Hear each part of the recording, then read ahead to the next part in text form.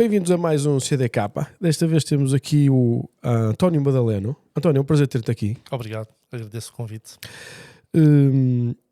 A história do António é interessante e eu me interesso muito por tudo que seja tema religioso e teológico e o impacto que tem na sociedade e nas pessoas. Na altura foi-me sugerido que convidasse o António ao podcast e eu achei muito bem. E hoje estamos aqui, não é? Portanto, eu começaria, António, por falar um bocadinho sobre a sua vida, não é? Que nasceu em Lisboa, em 1973. Exatamente. E foi educado desde cedo, segundo os ensinamentos das Testemunhas de Jeová, ou seja, desde criança. Desde bebê. Desde bebê, Sim. não é? Exatamente. Pronto, e depois de abandonar a religião, ingressou no curso de Psicologia na Universidade Autónoma de Lisboa, mas não terminou por falta de condições financeiras. A questão aqui é... Eu se calhar começava já sobre este tema, que eu acho super interessante, que até acabou por lançar um livro sobre este tema, não é? Exatamente. Que é Porque é que eu abandonei... Exatamente, o livro chama-se, foi editado em 2020, que Uhum. é com o tema Apóstata, Exato. porque abandonei as Testemunhas de Jeová. Exatamente contando a minha história, é um livro biográfico, Ok. foi escrito a convite da editora, depois de eu ter dado uma entrevista na revista Visão e logo a seguir ter sido convidado para a Rádio Observador, estava a estrear a rádio na altura, e ouviram a entrevista e acharam muito interessante e perguntaram-me, não gostava de escrever um livro? E eu disse, por acaso sim. Tive uma entrevista com eles, conversei, fizeram-me perguntas também sobre a minha experiência e pronto, e passado pouco tempo o livro estava cá fora. E foi realmente posso dizer que foi um êxito, dado que eu não sou uma pessoa conhecida, mas é um livro que expõe exatamente um universo religioso que a maior parte das pessoas desconhece. Eu, por acaso, já interagi com algumas testemunhas de Jeová e valorizo, por exemplo, o facto e pelo menos o conhecimento que têm sobre a Bíblia, neste caso. Certo. Apesar de eu discordar de muita interpretação. Tenho até livros de testemunhas de Jeová. Porque eu falo com as pessoas, depois quero saber o que é que as move e como é que as movimenta. Tenho até o livro da tradução direta, 1965, da tradução do Novo Mundo. Do Novo Mundo, mas side by side, ou seja, a parte... É interlinear. Exatamente. Kingdom interlinear. Exatamente. Sim. Eu tenho esse livro original. Sim, eu também. Em versão americana, não portuguesa. Exatamente, inglês e grego. E grego, uma capa azul, não é? Exatamente. Pronto. Azul escuro. Azul escuro. E pronto, eu vou lá ver e dizer, este aqui não, acho que não está aqui muito bem esta parte. Eu aqui não fazia assim. Pronto, tenho Exato. ali duas outras partes que são o tema que me interessa mais, que é a divindade de Jesus Cristo sobre a forma de Deus. Jesus Cristo é Certo. Deus, não é? Que eu acho que esse é o maior, digamos... a maior distância que existe entre o mundo comum cristão e os testemunhas de Jeová é... Exatamente. É uma das principais diferenças. Exatamente. É que as testemunhas de Jeová acreditam que Jesus, embora seja divino, Isso. ou seja, porque ele foi criado diretamente Exato. por Deus. Mas repara, foi criado. Exatamente, é aí que eu queria chegar. Elas entendem que Jesus é uma criação divina diretamente da parte do Pai, não é? De Deus. Exato. E tudo o que veio depois, tanto o universo físico, Isso, os anjos, etc., foram criados por intermédio de Jesus. Exatamente. E daí que as Testemunhas de Jeová, quando vertem certas passagens do Novo Testamento, elas vertem sempre nessa perspectiva de que Jesus não é o Deus Todo-Poderoso, junto com o Pai, mas está subordinado e é inferior ao Pai em conhecimento, em poder, Exato. etc. Há diferentes formas de olhar para a questão da Trindade ou para a questão da forma como olham para Jesus e até pelo Espírito e coisas assim. Exatamente. E esta tese já vem já do princípio, já tem mais de 1700 anos. A tese dos Testemunhas de Jeová já é uma coisa... Já não me lembro qual é o nome de quem é que era a pessoa. Ário. É Ário, não era? Ário, sim. Ário. Que depois mais ou menos foi estabelecido no século... Acho que foi 5. Quarto. Entre o quarto e o quinto século. Chama-se aquela declaração... Credo Atanasiano. Exatamente. Pronto. Se quiser explicar um bocadinho isso, já sim, agora. Sim, porque o que acontece é que quando nós pensamos em cristianismo, na realidade, logo após a morte de Jesus e após a morte dos apóstolos, não se pode falar apenas de um cristianismo. Temos que pensar que houve vários cristianismos. Isso. Ou seja, houve vários movimentos cristãos com várias interpretações diferentes umas das outras com respeito a Jesus, com respeito à divindade de Jesus, etc. Uma delas, que foi uma das mais populares, era que Jesus realmente não era o tal Deus Todo-Poderoso, uno com o Pai, mas era uma criatura subordinada e inferior ao Pai. Neste caso, Atanásio, aliás, Ário, era um dos principais, se não o principal defensor desta ideia. E Atanásio era o que estava em oposição. Mas isso era mais ou menos ano 120 ou 150, não era assim uma coisa muito recente? Ou seja, porque eu acho que durou pouco tempo. Já foi por volta dos anos 300 foi depois de 300? Cristo. Já foi depois de 300, no tempo de Constantino. Mais ou menos nessa época, sim. Okay. Constantino. Eu vejo, eu quando estudo, por exemplo, a parte inicial do cristianismo, há muita gente que diz, não, o estabelecimento de Jesus como Deus foi só dado numa fase posterior. Mas tanto na minha interpretação da Bíblia, como na forma como a igreja primitiva se organizava, e até a própria forma como escolhiam quais são os livros que faziam parte digamos, da Bíblia, já estava muito antes estabelecida, antes dos concílios serem executados, não é? Ou seja, porque há muita gente que diz, não, só se disse que Jesus era Deus 5 séculos depois e eu vejo muita parte histórica que não diz justamente isso. A própria Bíblia, em muitas situações, atribui aspectos divinos, na minha interpretação. Sim, atribui aspectos divinos. Eu tenho a minha própria interpretação, que não é totalmente consonante com as testemunhas de Jeová, mas vai muito ao encontro da ideia de que realmente Jesus, no Novo Testamento, sempre que fala da sua posição em relação ao Pai, fala sempre numa posição subordinada. Exato. Mesmo os apóstolos, quando escrevem as cartas, como o apóstolo Paulo, o apóstolo Pedro, inclusivamente até usam expressões que mostram que Jesus estava numa posição subordinada, mesmo depois da sua ressurreição. Não apenas enquanto humano, mas depois da sua ressurreição. Agora, isto é um debate teológico que já dura há milhares de anos. Portanto, é daquelas coisas que as pessoas debatem, mas quem defende a Trindade vai continuar a defender a Trindade, e quem não defende a Trindade, ou quem considera que Jesus era realmente uma criatura criada diretamente por Deus, e mesmo sendo o filho direto de Deus, digamos assim, mas que estava em uma posição inferior, vai continuar a defender, porque é daquelas posições que é quase como ser do Benfica e do Sporting. As pessoas podem mudar de ideias, não é? Ou seja, sim, claro. Sem dúvida. Claro. O que eu vejo eu percebo os argumentos tanto de um lado como de outro. Certo. E compreendo as complexidades originadas por um lado e pelo outro, sem dúvida. Mas, por exemplo, falando nos testemunhos de Jeová sobre essa questão, eles diziam-me assim, mas Miguel, repara como é tão bonito, tipo, Deus deu o seu filho por o homem. Eu, ok, mas eu acho que é muito mais bonito Deus dar-se a si próprio pelo homem, não como um pai se dá a si próprio, mas como o Deus está a si próprio. Não sei se percebe a distinção. Sim, eu percebo. A distinção não é a mesma coisa com o pai. Ou seja, o sacrifício de Deus é uma cena, acho que é até incompreensível na mente humana. Ou seja, primeiro não compreende Deus, segundo nem consegue compreender o conceito de... Exato. Mas, dito isto, ou seja, no entanto, quando leio a Bíblia, não sei se é por causa da minha tendência histórica, a história, por exemplo, de Marcos, uma pessoa lê Marcos, não é? E o Marcos é tudo à volta de quem é Cristo, quem és tu, o que é que eu sou? Jesus pergunta o que é, os outros perguntam quem é que ele é, está toda a gente a tentar descobrir quem ele é.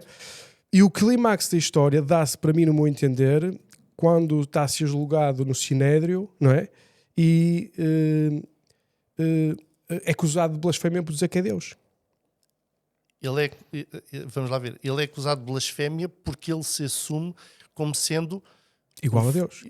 Segundo, sim, porque ele podia dizer que era o Messias, ninguém lhe tirava pedras por causa disso. Sim, mas ele próprio se identificou como Messias, não é? Ele próprio, quando leu, por exemplo, as Escrituras lá em Nazaré, também o queriam apedrejar porque ele se identificou ao ler o texto de Isaías. Mas muita gente se identificou como Messias. Sim, não é razão para apedrejar ninguém. Ou seja, a blasfémia, a morte, não é? Quando rasga as vestes, Sim. Mas definitivamente pela uma coisa... Mas é interessante que Jesus coloca-se num papel não apenas de Messias, como de alguém que teve uma vida pré-humana.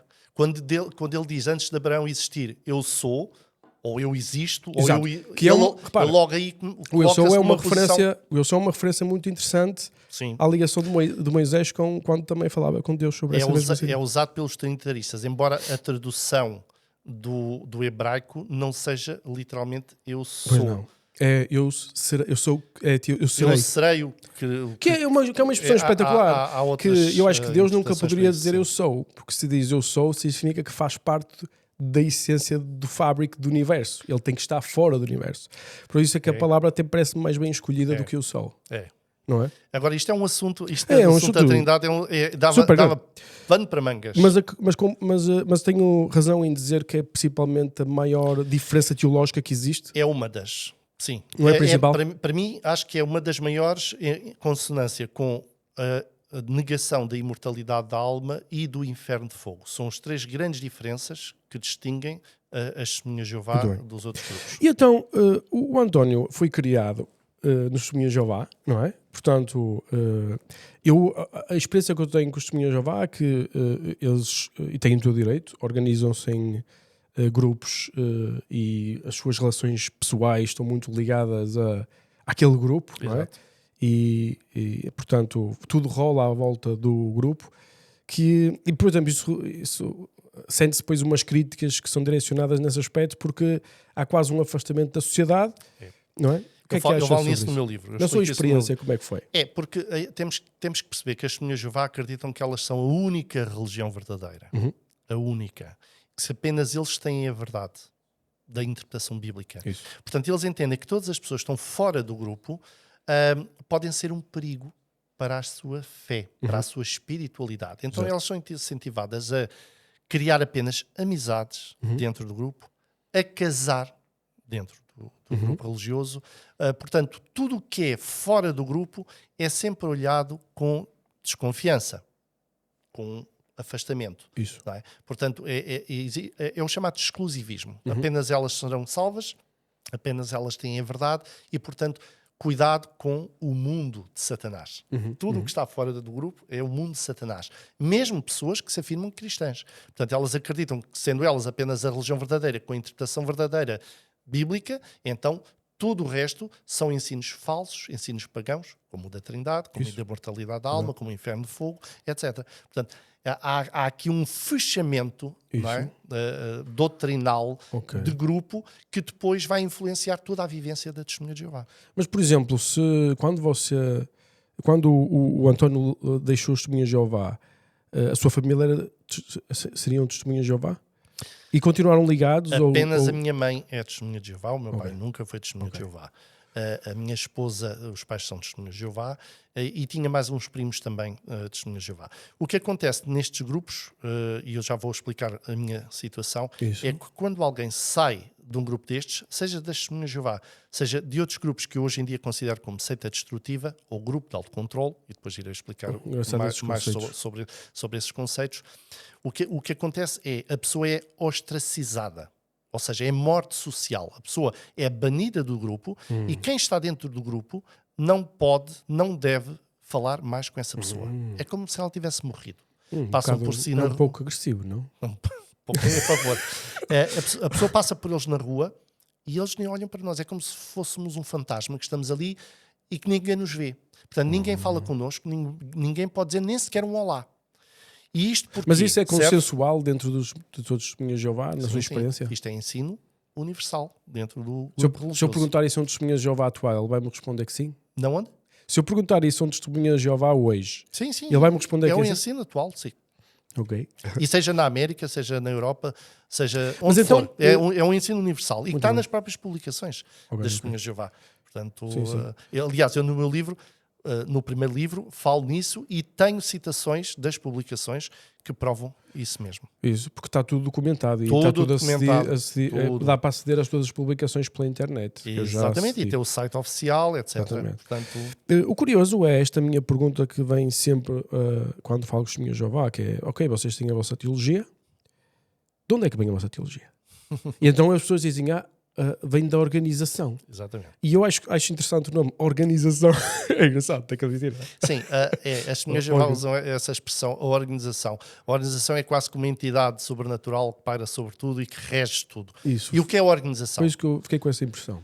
O que é a organização? A organização nada mais é do que, digamos assim, a entidade jurídica, digamos assim, a Sociedade Torre de Vigia de Bíblias e Tratados, que existe nos Estados Unidos da América, e que foi fundada já em 1870 e qualquer coisa, no fundo que já dura este tempo todo, que foi fundada basicamente como uma editora, digamos assim, religiosa, por Charles Taze Russell, mas que depois evoluiu para se transformar numa organização religiosa. E é esta organização que nos Estados Unidos gera toda a obra mundial, todas as congregações das Testemunhas de Jeová ao redor do mundo.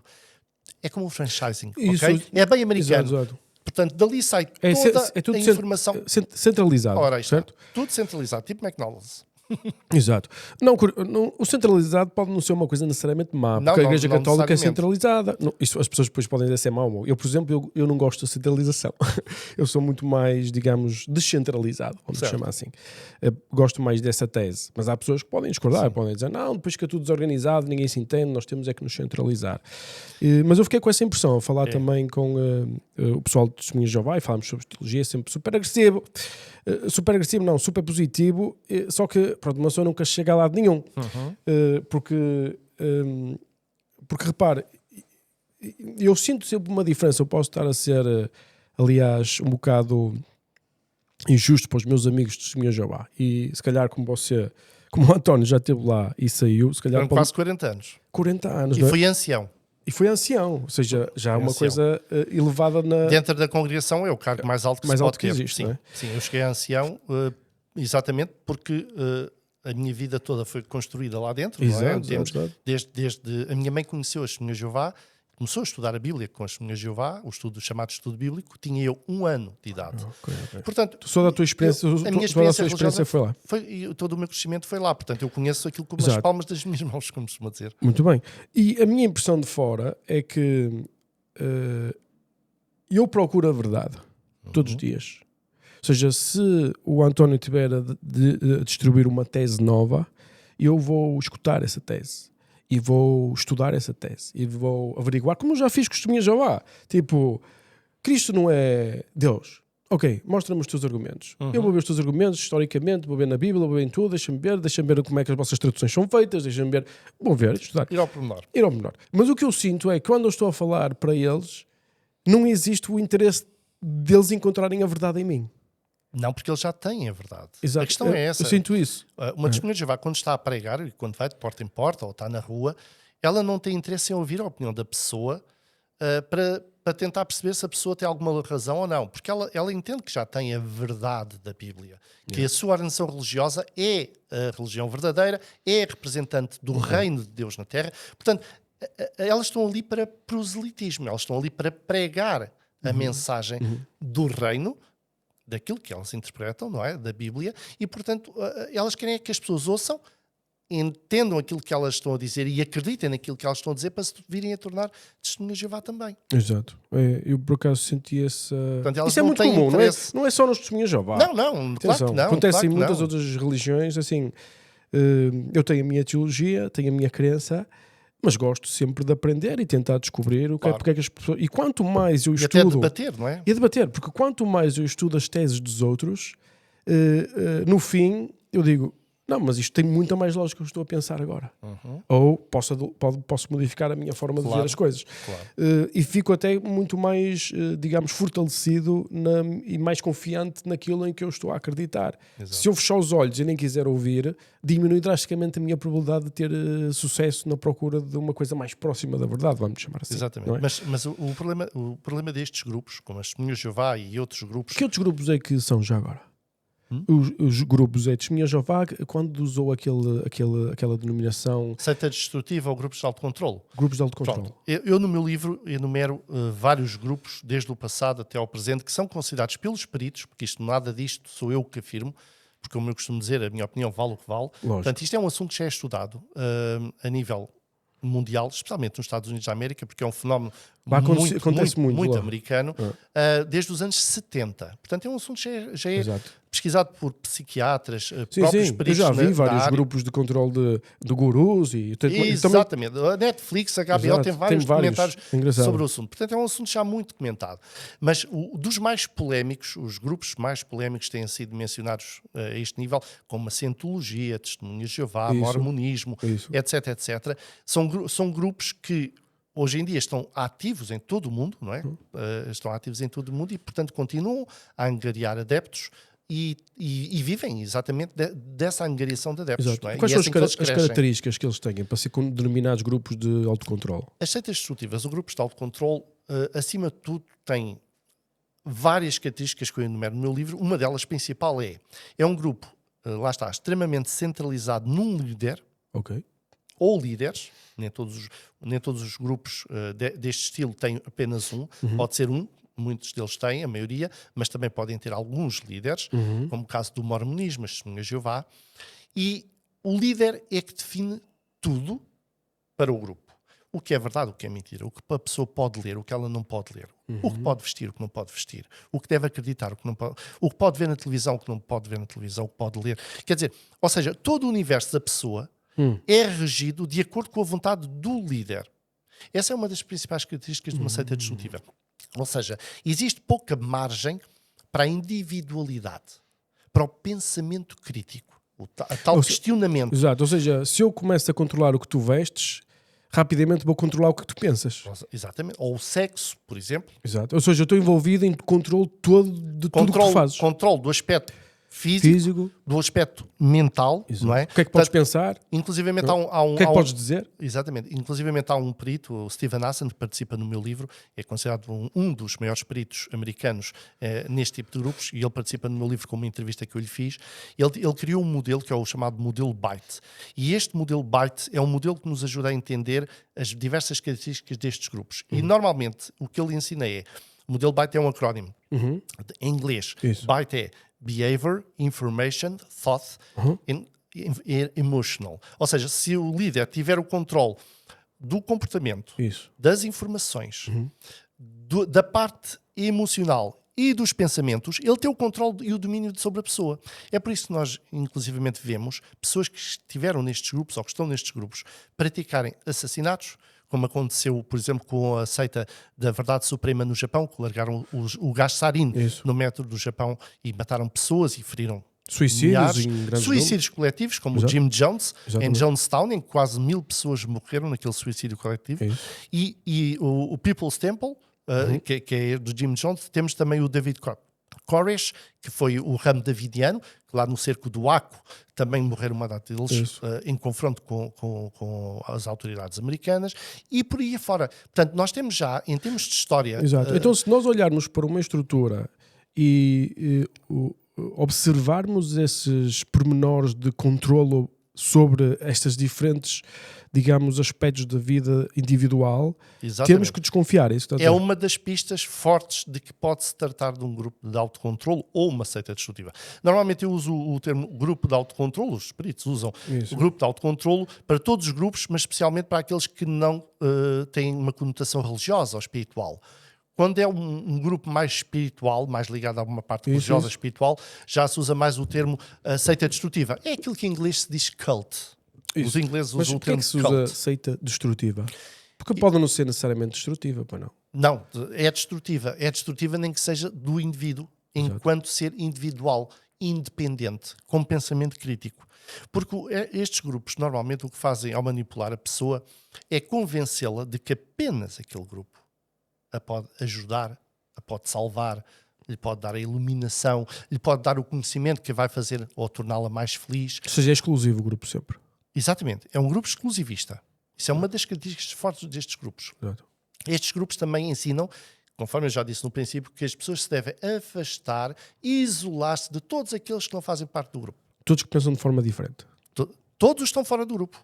Okay? Portanto, se apenas aquele grupo tem o ensino verdadeiro, correto, se apenas aquele líder tem uma ligação direta com o divino e transmite as verdades de Deus, digamos assim, falando agora no aspecto mais religioso, então todas as pessoas e todos os grupos religiosos que estão fora daquele poder instituído, então eles são falsos. Portanto, eu nem sequer me vou...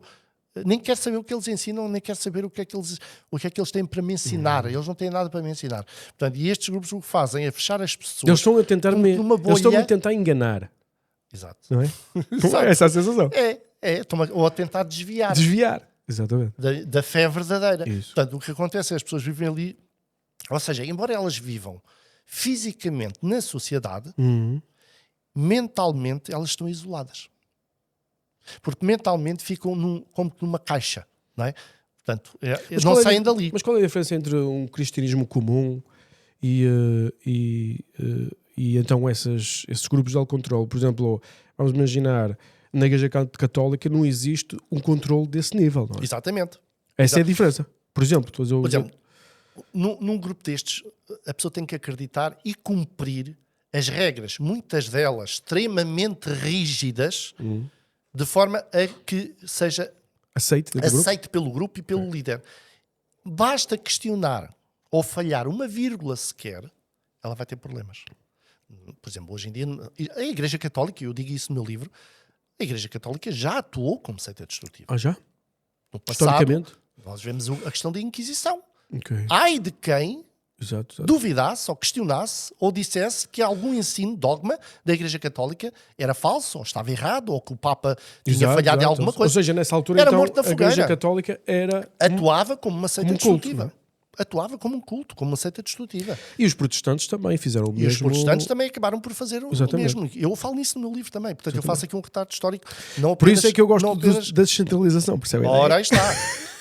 Mas houve uma evolução. Enquanto que estes grupos que o meu livro fala e que eu estou agora a explicar têm estas características presentes, sabemos que a Igreja Católica hoje em dia já está muito mais suavizada. Claro, repara uma coisa. Continua a ser a Igreja Católica, não? As religiões têm que ter ensinos, doutrinas, têm que ter regras. Tudo bem, é óbvio. Não é? Até um clube, uma associação tem que ter. E quem não quiser cumprir, sai do grupo. Exato. O problema é que nestes grupos isso não afeta apenas a vivência dentro do grupo, vai afetar toda a vida do indivíduo. Porque ao ser expulso do grupo e o líder dizer, meus amigos, a partir de agora não podem mais falar com esta pessoa. O líder pode dizer isso? O líder diz isso. O líder diz isso? Sim. E o próprio grupo policia-se. As pessoas dentro do grupo depois policiam-se. Se virem falar, por exemplo, com alguém que faz parte do grupo e que até se calhar é considerado apóstata, e já me aconteceu comigo. Eu já tive pessoas que se expuseram publicamente, por exemplo, com uma fotografia ao meu lado, e foram expulsas das Testemunhas de Jeová por causa disso. E isto tem todas aquelas implicações de familiares, de amizades, de... Tudo. Portanto, é extremamente violento. É violento e é desumano. Mas só porque estavam numa fotografia consigo? Sim. É assim tão agressivo? É. Porque eu para eles é como se fosse um diabo. É como se fosse um opositor, Satanás. É o principal. Exatamente. Aqui em Portugal, a partir do é o principal aqui em Portugal. Pelo menos sou mais conhecido. Sim. Sou o que tenho exposto. Não é? Exato, desde que me desliguei oficialmente das Testemunhas de Jeová e que depois escrevi o livro e apareci em várias entrevistas e etc. É óbvio. E eu compreendo, claro, que para alguém que acredita fielmente que ali está a verdade, que aquela é a única religião verdadeira, é óbvio que ela vai olhar para mim como se fosse um inimigo. Quando na realidade eu não sou inimigo, porque nada do que eu digo no meu livro, é mentira. Eu só falo de factos. Nos meus livros, eu só falo de factos. Eu muitas vezes, quando começam, às vezes até no Facebook, quando eu tenho dado entrevistas, às vezes dizem, isto ou aquilo é mentira. Generalizando. É mentira. Tu o que dizes é mentira. E eu digo, então diz uma mentira que eu tenha dito. Basta só uma. Não são capazes de dizer. Porque tudo aquilo que eu afirmo, eu posso provar. Posso provar nas publicações das Testemunhas de Jeová, posso provar com documentos da própria organização, que só os anciãos muitas vezes têm acesso. Portanto, eu tenho acesso e tenho conhecimento de décadas e décadas como Testemunha de Jeová, como ancião. Mas é comum um ancião ser expulso ou querer ir embora? Como assim? Não percebi. No seu caso, era ancião? Eu era ancião. E quis sair? Sim. Isso é comum? É mais comum do que se pensa. O que acontece muitas vezes é que as pessoas... Como é que se libertou desse controle cognitivo e mental, emocional e familiar e tudo? Como é que é possível? Cada pessoa tem um processo diferente, não é? Há coisas que me podem tocar a mim, que me fazem despertar, enquanto que outras pessoas pode ser outra coisa. No meu caso foi a questão do sangue. Okay. A minha esposa fica grávida, nós vamos ao obstetra, identificamos-nos como testemunhas de Jeová, como normalmente nestas situações a gente se identifica, falando da questão do sangue. Nós não queremos transfusões de sangue, portanto, tenha isso em consideração. E o médico, o obstetra, por sinal até bastante católico, um excelente profissional, dos melhores de Lisboa, teve a conversa connosco, pronto, aceitou a nossa posição, mas depois conversou connosco. Que é isso que muitas vezes os médicos não fazem, não conversam. Não quero, coisa e tal. E às vezes até criam ali uma certa animosidade com a testemunha de Jeová. Então eu não posso tratar porque isto ou aquilo. Pronto. E não, este médico conversou connosco, falou e disse-nos algumas coisas que me deixaram com a pulga atrás da orelha. E uma das coisas que ele disse... Uma das coisas que ele disse foi, olha, é assim, há muitas testemunhas de Jeová, infelizmente, que vão ao óbito porque as mulheres grávidas, e isto é mais comum acontecer do que se pensa, têm hemorragia pós-parto. As testemunhas de Jeová são ensinadas pela organização religiosa que existem alternativas médicas para tudo, que as pessoas não precisam de transfusões de sangue. Os médicos é que são casmurros e querem dar transfusões de sangue porque é mais fácil. Pronto, é assim que elas ensinam. E que as transfusões de sangue não salvam ninguém, o que é mentira. E ele explicou-nos, olha, é assim, se uma mulher pós-parto tiver uma hemorragia grave, o que acontece é o sangue sai a jorros, não é? Que isto é tipo torneira aberta, não é? Isso. E não há alternativas que vão salvar a pessoa, porque aquilo é questão de minutos, a pessoa vai sem sangue. A mulher vai sem sangue, portanto, ela está a perder sangue por um lado e tem que levar transfusões por outro, porque senão ela morre, é questão de minutos, não há alternativas que vá. E aquilo deixou-me assim um bocado, será que é mesmo assim? E eu fui questionar, fui pesquisar, fui falar com outros anciãos que até fazem parte das chamadas comissões de ligação hospitalar, que são anciãos que são designados pela filial de Portugal para ir falar com os médicos, apresentar novas terapias, novos procedimentos cirúrgicos, etc. E eu percebi que eles ficaram a olhar para mim tipo, não sei o que é que se pode fazer. Eu percebi claramente que havia aqui uma situação grave. E depois, com as minhas pesquisas, vim a perceber que muitas mulheres de testemunhas de Jeová, ao redor do mundo, morrem, grávidas, não é? Morrem exatamente nestas circunstâncias. Que a hemorragia pós-parto é gravíssima. Ou seja, ele está com o sangue rápido, ou então a mulher morre em questão de minutos. E aquilo deixou-me preocupado. E depois ele disse-me outras coisas, como a questão de haver testemunhas de Jeová que aceitavam transfusões de sangue às escondidas, eram levadas para uma sala à parte para ninguém ver, porque lá está, se alguém ver uma testemunha de Jeová levar uma transfusão de sangue, outra testemunha de Jeová ver, ela vai ter problemas com os anciãos e pode ser considerada dissociada, ou seja, ela é como se estivesse a dizer, eu não quero ser mais uma testemunha de Jeová, expulsa do grupo, basicamente é isso.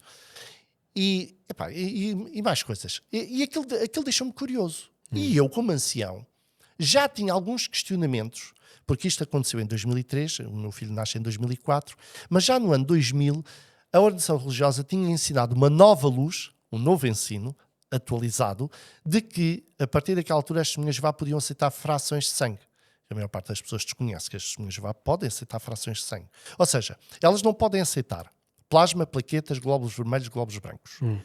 Estes 4 componentes que eles chamam principais, consideram cada um deles como sangue. Mas todas as frações de sangue que saem de cada um destes componentes, elas podem aceitar. Isto a partir do ano 2000. Eu já na altura fiquei assim um bocadinho incomodado, porque é assim, porque se a doutrina do sangue, que é a doutrina ensinada pelas testemunhas de Jeová, que o sangue é sagrado e quando sai do corpo não pode ser utilizado, então de onde é que vêm estas frações de sangue? Não vêm do sangue, que é doado por milhares e milhares de pessoas. Então aqui onde é que entra a Bíblia? Porque a Bíblia não fala em frações de sangue, nem demarca o que é que podes ou não podes aceitar. Portanto, eu logo aqui fiquei um bocadinho confuso. E como ancião, vieram os irmãos a vir ter comigo e a perguntar, pai, irmão, eu posso aceitar isto, não posso aceitar isto? Mas a questão é, ficava confuso, mas até aí, tipo, recebia a documentação que vinha da organização, lia e nunca pensava ou questionava ou tinhas um pensamento crítico sobre aquelas... Não há não, pensamento crítico. eu ficava um pouco confuso, mas Mas estava treinado para aceitar sempre tudo. Dentro destes grupos e dentro das Testemunhas de Jeová, nós somos levados e doutrinados a aniquilar, entre aspas, o pensamento crítico. Ou seja, quando temos dúvidas, mandamos para trás das costas e pensamos, Jeová, na devida altura, vai esclarecer. Jeová, Deus, não é? Ok. Na devida altura vai esclarecer. Eu agora não entendo isto, mas ele na devida altura vai enviar informação que vai esclarecer este assunto. Portanto, na altura eu fiquei um bocado confuso, não percebi muito bem o assunto, mas lá está. Mandei para trás das costas. Ora, quando a minha esposa fica grávida, já não podia mandar mais para trás das costas. Eu quis saber por mim mesmo todas aquelas coisas. E quando eu começo a pesquisar o assunto do sangue, quer nas publicações das Testemunhas de Jeová, quer fora, e aqui é que está o perigo, fora das publicações das Testemunhas de Jeová, comecei a encontrar informação contraditória àquilo que a organização religiosa ensinava. E comecei a encontrar incoerências no ensino.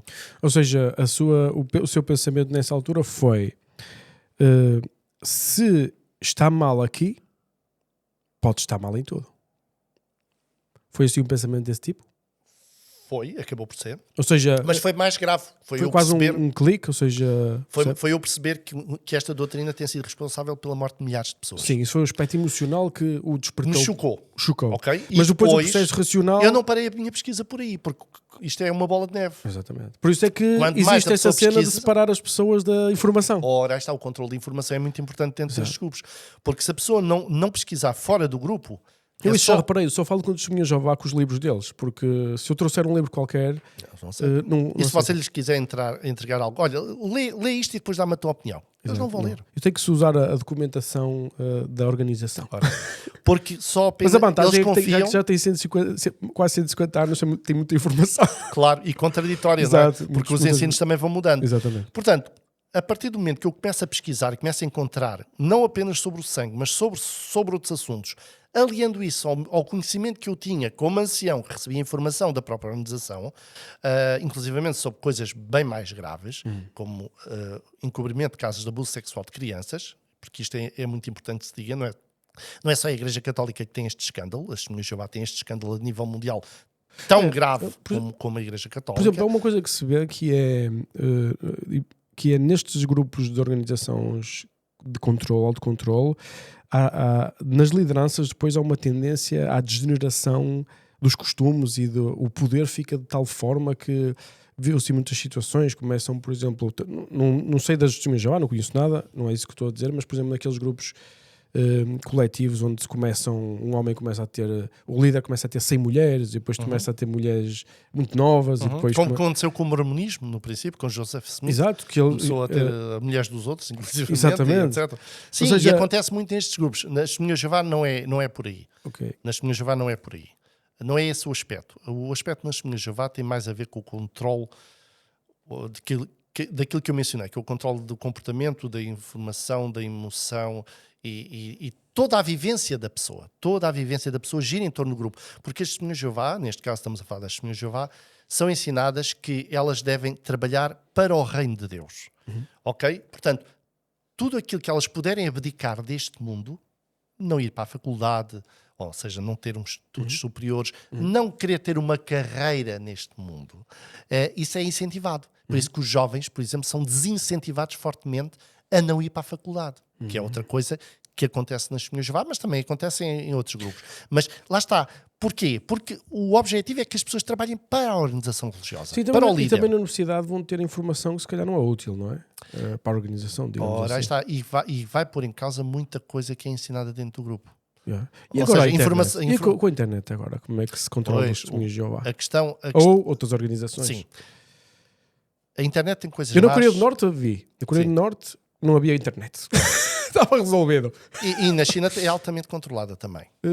Na China também é altamente se controlada. Se calhar, altamente... eu não diria ao nível que eu assisti na Coreia do Norte. Não estou a dizer ao nível. Mas é também uma fiscalização é preciso muito... uma VPN para aceder à maior parte das coisas. É uma fiscalização muito intensa e limitada.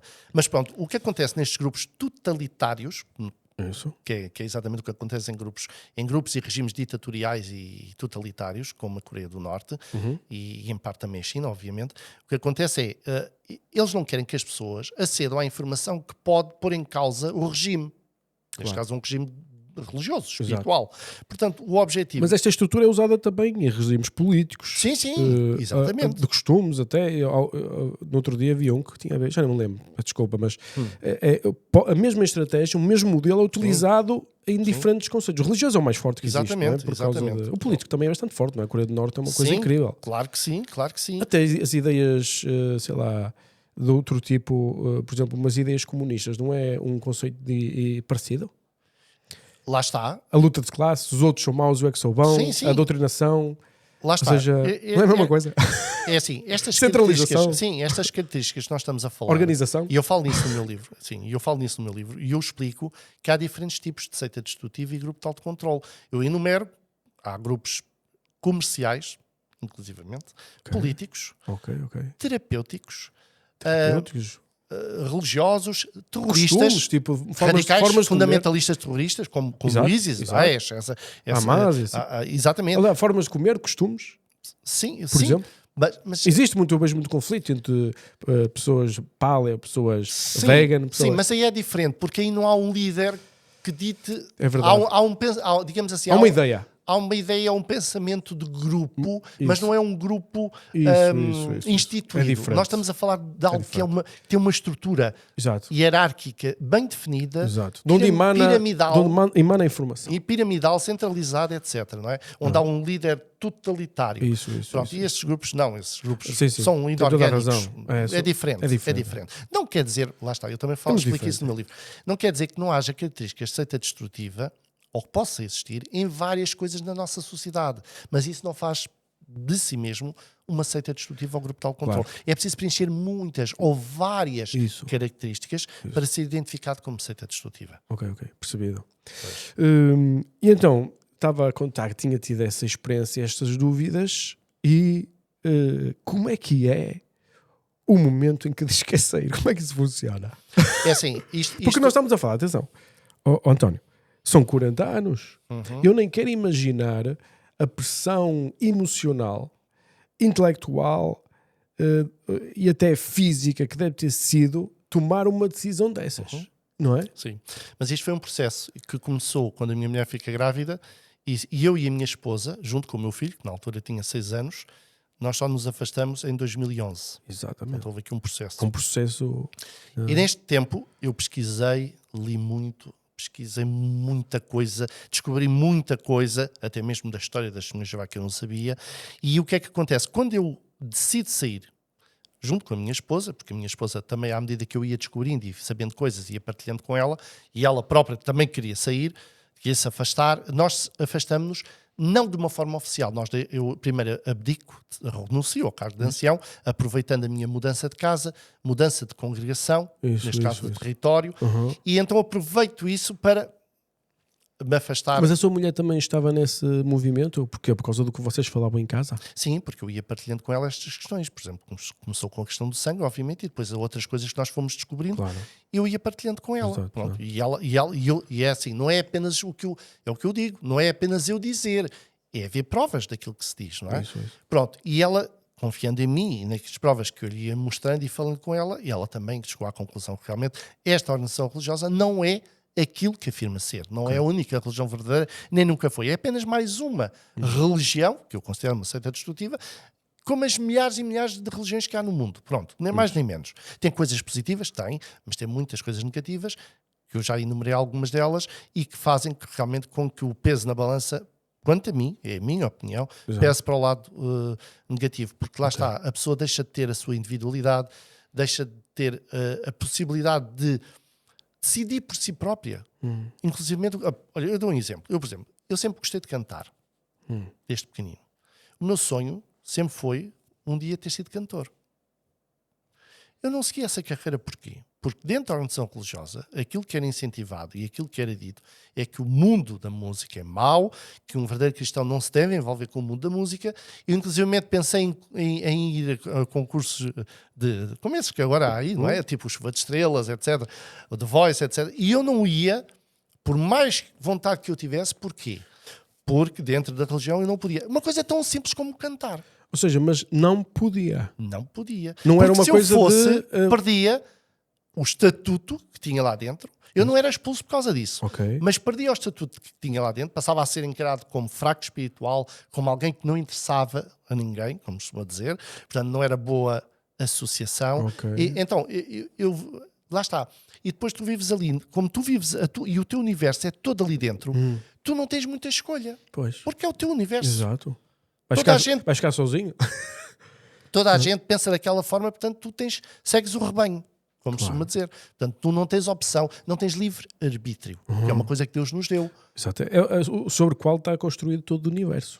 Exatamente. Portanto, mas dentro destes grupos a pessoa não tem livre-arbítrio. Ela tem que obedecer cegamente, incondicionalmente, às regras e às leis que o líder determina que são reais, devem ser postas em prática e que são as melhores para as pessoas, quando na realidade muitas vezes não tem nada a ver. Ok. Mas esses líderes, quando ditam essas regras, são as regras que vêm da organização, não é? Ou eles depois podem interpretá-las ou reinterpretá-las de uma forma diferente consoante a situação? Os líderes das Testemunhas de Jeová, por exemplo, que é o chamado Corpo Governante, que está nos Estados Unidos da América, que é um grupo de homens, eles usam a Bíblia de acordo com a interpretação do momento. Por isso eles hoje podem dar a dizer que a Bíblia proíbe totalmente o uso do sangue e amanhã estar a dizer que a Bíblia proíbe parcialmente o uso do sangue, como o caso das frações. Mas porque tiveram uma revelação, foi isso? Eles dizem que não têm revelações, eles dizem que são orientados por Deus. Okay. Ou seja, é um jogo de palavras.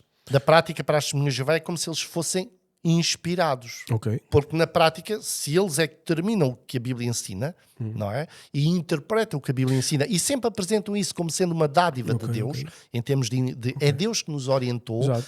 Então, são profetas. Ou seja, o que está a dizer é a Bíblia é o livro que é o fundamental, certo? É a base. Mas como se tem a capacidade de interpretação no livro na mão, significa que tu podes dizer tens o poder sobre o que o livro vai dizer. Totalmente. Tu crias a exogênese que quiseres. Exatamente. E hoje pode estar a dizer uma coisa e amanhã já pode estar a dizer o contrário. E isso tem acontecido ao longo dos anos. E ou seja, tem havido mudanças de ensino. Então o livro perde muita capacidade de falar. A Bíblia é elástica. É elástica, exatamente. É muito elástica. É tipo pastilha elástica. Estica para um lado, estica para o outro. Portanto, eles usam a Bíblia de acordo com aquilo que eles entendem no momento. Exato. Eu em termos teológicos, há um problema que eu tenho com a tradução da Bíblia em alguns sítios que eu noto que existe um interesse. Eu acho que era desnecessário. Eu acho que se ela é elástica, não era preciso traduzi-la de uma forma diferente. Estava a falar da tradução da Bíblia no geral, não nas Testemunhas de Jeová apenas. Não, estou a falar das Testemunhas da parte. Tradução do Novo Mundo. Com os meus amigos, a tradução do Novo Mundo, sim. Eu tenho lá 3 ou 4 sítios que eu acho que... Uma é João, não é? João Capítulo 1.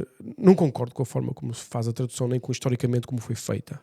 Depois há aquela parte que também fala sobre a questão de... quando se está a dizer que Jesus tudo foi feito por Jesus, há uma parte onde literalmente se mudaram as palavras, tiraram-se todas as coisas, exatamente, e colocou-se lá e na versão de 65 Colossenses, salvo erro. Acho que é Colossenses, exatamente. Sim, essa ou seja, lá está, não seria... com respeito à divindade, mas há outras, por exemplo, a cruz. As Testemunhas de Jeová negam que Jesus morreu numa cruz, dizem que ele morreu numa estaca vertical. Isso. Então, todas as passagens do Novo Testamento que se referentes à morte de Jesus e onde aparece nas traduções normais a palavra cruz, elas vertem por estaca de tortura. Ok? Portanto, é uma forma totalmente arbitrária e diferente daquilo que está escrito e que é do conhecimento, inclusivamente arqueológico. Porque o conhecimento arqueológico, e nós sabemos isso, é que os romanos crucificavam os condenados. Eu até acho que é super bonito, repara, o símbolo da tortura e do medo ser transformado no símbolo da salvação. Da vitória sobre a morte. Não é incrível. Eu acho que não podia ser mais poético do que isto. Certamente. Mas isto para dizer o quê? Para dizer, eu acho que isso aí era desnecessário fazer essas alteraçõezinhas, porque descredibilizam até a própria tradução. Percebe o que eu quero dizer? E eu, do ponto de vista de uma pessoa de fora, olho para aquilo e diz, pessoal, isto não... Mas lá está, mas as traduções bíblicas, mas isso não acontece apenas nas Testemunhas de Jeová. Eu tenho uma forma, porque isso foram tudo assuntos que na altura quando eu pus em causa os ensinos das Testemunhas de Jeová, eu fui rever tudo. Exatamente. Não foi só apenas a questão do sangue, eu fui rever tudo. E uma das coisas que eu revi, pesquisei muito, foi a questão da tradução do Novo Mundo, a questão da Trindade, etc., a questão da imortalidade da alma, a questão do inferno de fogo, etc, etc. Exato. E o que acontece é, e eu cheguei a esta conclusão, todas, não apenas as Testemunhas de Jeová, todas as traduções bíblicas têm influência do tradutor.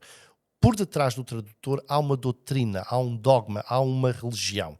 Um tradutor protestante não tem o entendimento sobre todas as coisas da mesma forma que um tradutor católico. Há pequenas, muito menos pequenas diferenças do que existem nas Testemunhas de Jeová, mas há pequenas diferenças. Portanto, existe uma teologia sempre por detrás de uma tradução.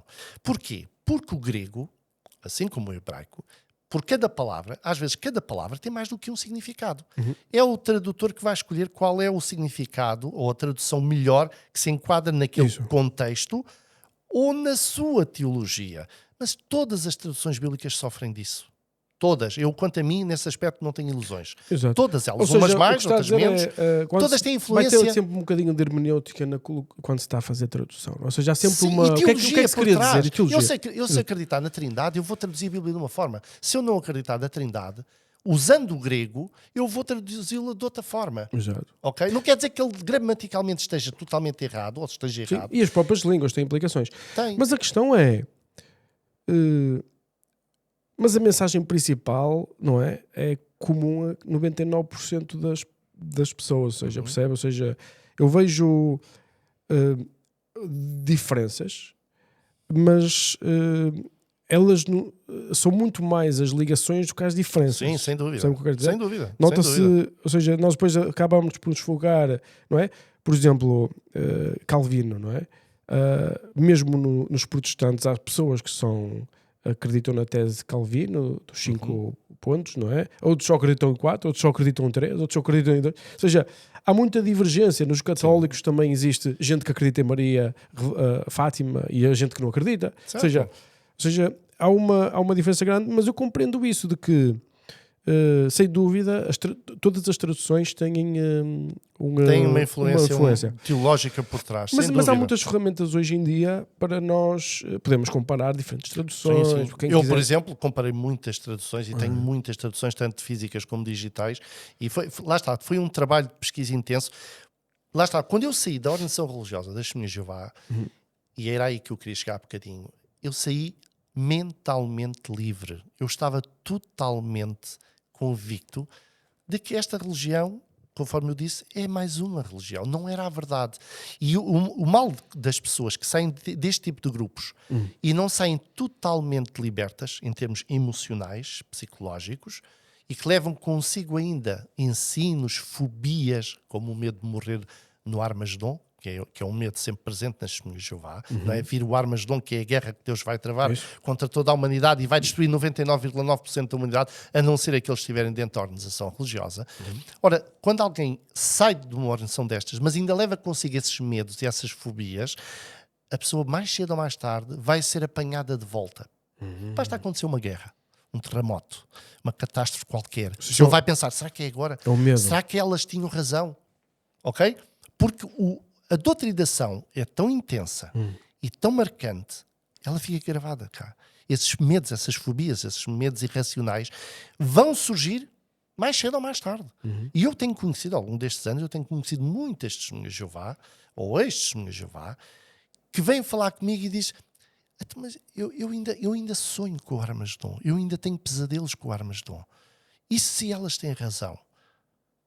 Portanto, lá está, saíram, mas não saíram libertas totalmente. Eu, por exemplo, no meu caso, quando saí totalmente independente, liberto, para viver a minha vida plenamente, e conforme eu costumo dizer, eu agora acredito naquilo que eu entendo que devo acreditar.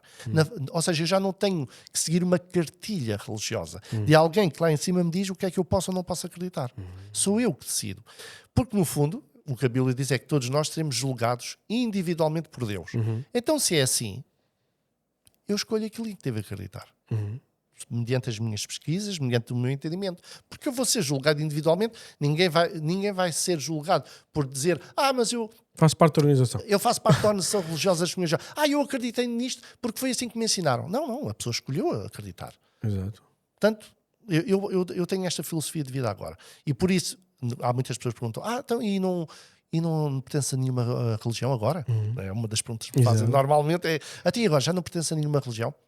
Eu considero-me cristão, mas não quero, pelo menos é a minha convicção atual, não quero pertencer mais a nenhuma organização religiosa. Exato, percebido. Porque eu não quero seguir mais nenhuma cartilha que me imponha o que eu devo ou não devo acreditar, o que devo ou não devo fazer. É assim, eu tenho a Bíblia, ok? Faço a minha leitura, faço as minhas pesquisas, tenho o meu entendimento, e vou ser julgado, eu acredito em Deus, portanto eu serei julgado mediante aquilo que eu fizer e aquilo que eu acreditar. Portanto, muito estou bem bem. assim. Eu percebo exatamente o que quer dizer.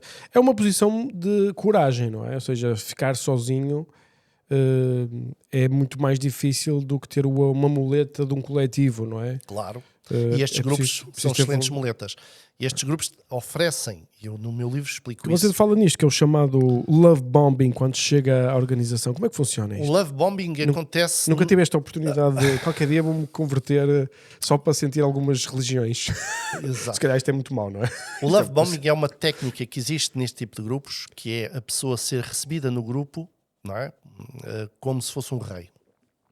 Como se fosse... Como é que traduz isso em coisas práticas? Imagine, chega a uma organização, uma reunião das Testemunhas de Jeová, ou seja, outra deste tipo de grupos, e é recebido com muito carinho. Ai, que bom que está cá. Ai, ainda bem que veio. Olha, certamente vai gostar. Olha, sente-se aqui, eu vou ajudá-lo naquilo que eu puder para entender aquilo que está a ser falado. E depois, olha... convidamos-lo a vir à próxima reunião. Olha, não quer estar connosco num convívio que vai haver aqui, etc, etc. Ou seja, a pessoa é carinhada. Mas isso não acontece em todos os grupos? Não necessariamente. Você entra numa igreja católica, duvido que aconteça. Por exemplo. Realmente. Entra numa igreja... É assim, não... Quer dizer, se lá 3 vezes, se calhar o padre vai ver. Vamos lá ver uma coisa. Aqui, o mal aqui não é a pessoa ser acarinhada, caso isso seja uma coisa... sem cordial, sem que tenha um objetivo por trás. A questão é que quando a pessoa é recebida assim... Ou seja, o que está a dizer é que existe uma estratégia. Existe uma estratégia, mesmo que inconsciente da parte das pessoas, segundo a doutrinação do grupo, que é receber muito bem a pessoa, para a pessoa ficar muito bem impressionada. E imagina alguém que está a passar por um período difícil da sua vida. Por exemplo, perdeu um ente querido, perdeu um emprego, faleceu um ente querido, portanto está emocionalmente fragilizada, talvez até esteja isolada socialmente da família, por mil e uma razões, por exemplo, está num país estrangeiro, por exemplo, e não tem lá ninguém, e de repente tem ali um grupo pronto a recebê-lo de braços abertos. Exato. Com carinho, com afeto, com amor. Você pensa assim, espera lá, eu nunca vi isto em lado nenhum. Estas pessoas são diferentes, aqui há amor. Aqui as pessoas preocupam-se umas com as outras. São verdadeiros cristãos. Lá está, estas coisas impressionam e servem como isco para a pessoa ficar, para a pessoa querer mais. Especialmente se a pessoa estiver carente emocionalmente. E ela vai querer mais. Porque é uma coisa pronta ali. Mas eu até uma família pronta ali. Até aí eu concordo. Ou Sim. seja, até aqui está tudo bem. Exato. Onde é que mas fica isto mau? Não, o que fica mau é quando a pessoa é captada para o grupo, ou seja, é recrutada, aliciada através deste processo, depois vem um pacote de responsabilidades atrás em que a pessoa vai ser doutrinada, ou seja, vai ser ensinada de acordo com a doutrina do grupo, de que apenas aquele grupo é a verdade. Exato. Apenas aquele grupo tem o ensino que a vai salvar. Esqueça as outras religiões. Só existem 2 religiões. A verdadeira e a falsa. A nossa é a verdadeira. Exato. Pronto, as outras são falsas. E se perder, ou se não aceitar essa doutrina, perde essa relação, é isso? Completamente. Basta a pessoa começar a questionar, basta a pessoa começar a dizer mas eu não concordo com isto que vocês estão a me ensinar. Começam a torcer o nariz, como se costuma dizer, não é? Começam a... Espera lá. Esta pessoa não é fácil de dobrar, não é? Então, não interessa. Porque estes grupos querem pessoas fáceis. Pessoas que digam amém a tudo. E que entendam aquilo que está a ser dito como sendo a verdade, como sendo algo que elas vão aplicar na sua vida. E tornem-se membros ativos do grupo. Trabalhem para o grupo. Obra gratuita. Exato. Mão de obra gratuita. Isso é uma coisa que se vê muito, por exemplo, nos Testemunhos de Jeová. Vê-se muitas pessoas a irem às casas das pessoas, a andarem pela rua, uma coisa... Sim, e é um trabalho voluntário. Voluntário, é incrível. Sim, não é? sim, São muitas sim. horas até. Muitas horas, sim. São milhões de horas em todo o mundo que são gastas exatamente porquê? Porque as Testemunhas de Jeová são ensinadas que o Armagedon está perto. Vai acontecer qualquer Aliás, momento. já teve para acontecer, não foi? Já várias vezes. Exato. O mais recente foi 1975. Esse foi o mais escandaloso, não é? 1975 foi a polémica, a grande polémica, sim. Porque eles nunca dizem, depois é assim, eles neste caso, por exemplo, em 75, eles nunca disseram diretamente nas publicações oficiais o Armagedon vem neste ano. Eles nunca disseram de forma... porque eu acho que eu li. Nunca disseram de forma taxativa. O Armagedon vem neste ano. Não.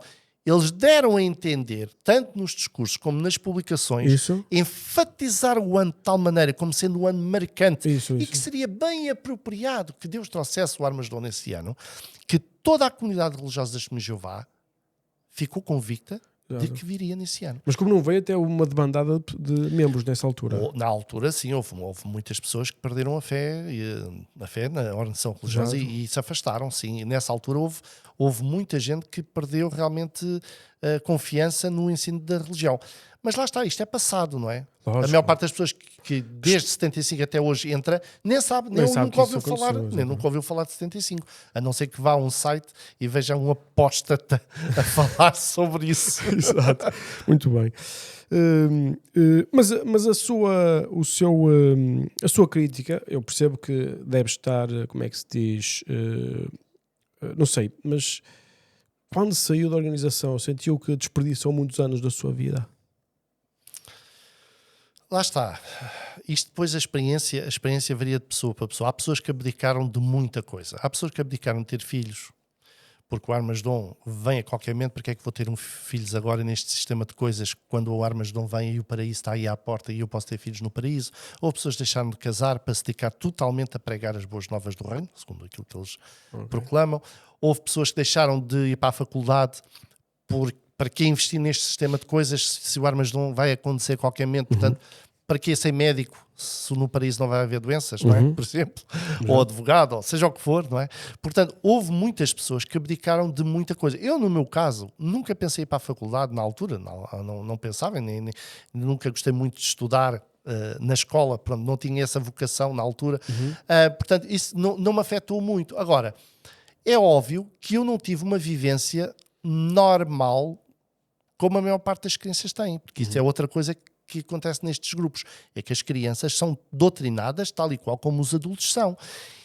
E elas são diferentes dos outros coleguinhas da escola, são diferentes dos colegas de liceu ou do secundário, seja do que for. Deixam de festejar os aniversários, não festejam o Natal, não podem até mesmo ter associação íntima com colegas ou amigos que não forem testemunhas de Jeová. Portanto, acaba por se perder uma vivência e uma juventude normal neste tipo de grupos, e que mais tarde isso pode ter implicações até mesmo a nível social, na forma da pessoa ter aquele traquejo de lidar com as coisas e com as raparigas, no caso dos rapazes, não é?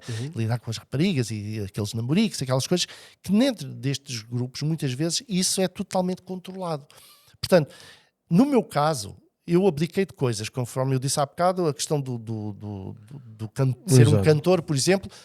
Certamente que sim, eu tenho quase toda a certeza que eu teria seguido uma carreira artística. Tenho quase toda a certeza. Mas há pessoas que abdicaram de muito mais. Muito mais. E infelizmente, ao sair, ainda para além de tudo o que abdicaram, perdem a família, perdem os amigos e ficam sozinhas neste mundo. O que é dramático, é desumano, é uma violação dos direitos humanos, porque uma coisa é eu escolher não falar com alguém, porque não quero falar com essa pessoa. Mas é assim uma cena que é uma coisa imposta pela ordenação religiosa. Eu percebo, na Bíblia também pode ser interpretada em algumas partes dessa forma, como sabe, não é? Mas a questão da misericórdia e do cuidado eu acho que é o sumo também do cristianismo, não é? Sim, o amor ao próximo. O amor ao próximo. Ou seja, Jesus ensinou até mesmo a orar pelos inimigos. Exatamente. Portanto, mais do que isso não há, não é? Ou seja, se calhar essa expressão de desumano, eu acho que é realmente, eu acho que concordo, acho que é muito agressivo. Ou seja, todas as ligações sociais serem perdidas é tipo uma bomba atómica. E há pessoas que não aguentam. Infelizmente, há pessoas que não aguentam. Não têm capacidade emocional, psicológica para aguentar e infelizmente há muitos casos de pessoas que acabam por ir ao pior. Ok. Muito bem. Portanto, estas interdições internas, curiosidade, não existem as comemorações que falava agora mesmo. Porquê é que não existem as comemorações? Tem a ver com um aspecto teológico também, certamente. Sim, assim, as testemunhas de Jeová entendem que comemorações como festas de aniversário, Natal, Páscoa, etc., têm raízes pagãs. Têm raízes em povos e religiões não cristãs, que depois práticas que existiam nessas religiões, esses costumes foram cristianizados e tornados cristãos. Pronto. Portanto, elas acreditam que algumas um coisas cristão... têm lógica, não é? A utilização de velas, procissões, isso são sim. coisas que vêm de uma estrutura... Sim, mas se formos pensar, e isso é um argumento que é usado dentro da religião, mas se formos pensar o que é que nós hoje em dia temos ou fazemos que não tenha uma base pagã? Praticamente tudo. Praticamente tudo. Portanto, se formos eliminar o paganismo da nossa vida, o paganismo, quando eu digo o paganismo, que é a origem pagã das coisas, a gente quase não podia fazer nada. Não é? Portanto, uma testemunha de Jeová, não, ao dizer, eu não... Por exemplo, eu vou dar um exemplo que vai se tornar claro. Por exemplo, uma testemunha de Jeová não pode comer um bolo de aniversário. Nem pode celebrar o seu aniversário, porque é de origem pagã.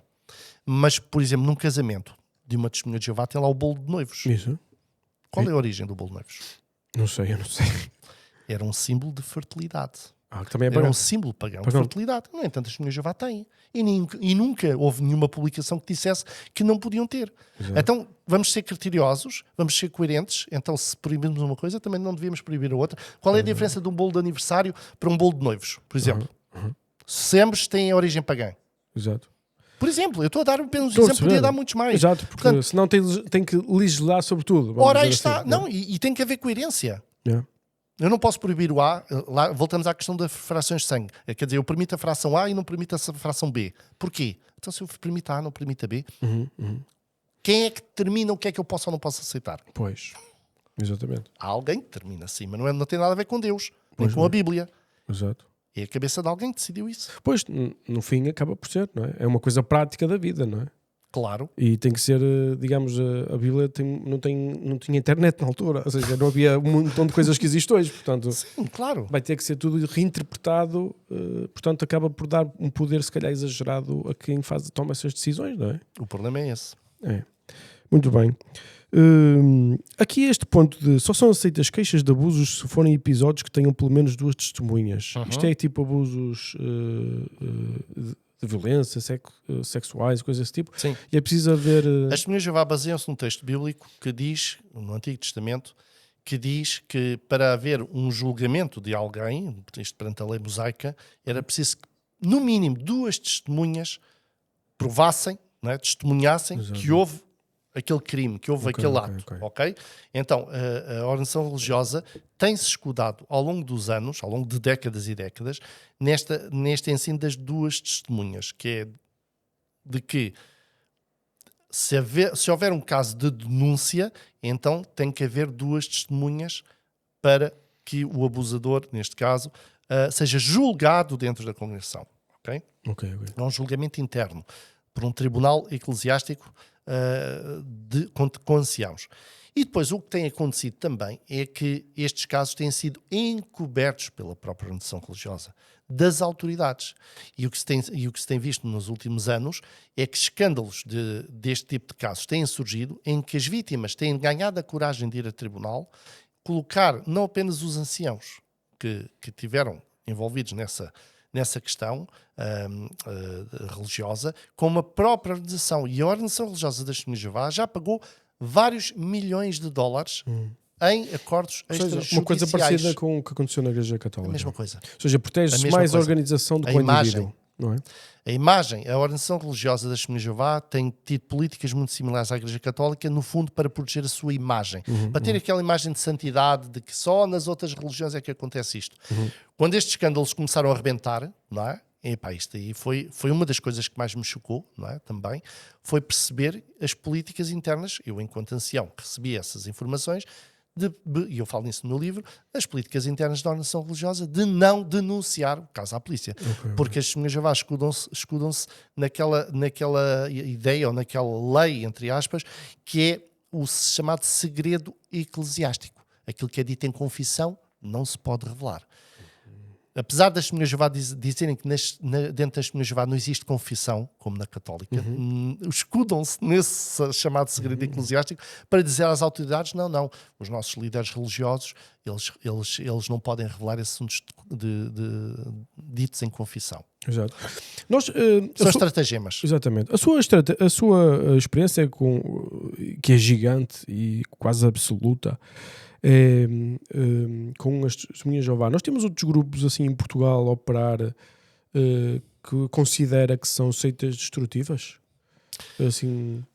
Sim, eu já disse há pouco no meu livro. No meu livro eu menciono às vezes vários vejo grupos. Mormons aqui, mas eles são dos Estados Unidos, não é? Sim, como as Testemunhas de Jeová são. Sim, mas há Mormons portugueses?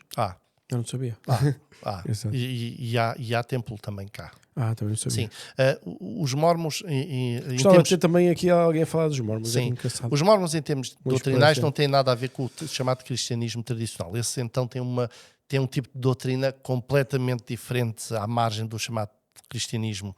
Ainda conseguem ser piores que as Testemunhas de Jeová, como se pode dizer. Não tem nada a ver com a história dos Mormons é incrível. Pronto, exatamente. Parece um filme de ficção científica. Exatamente. É mesmo engraçado. Pronto, então...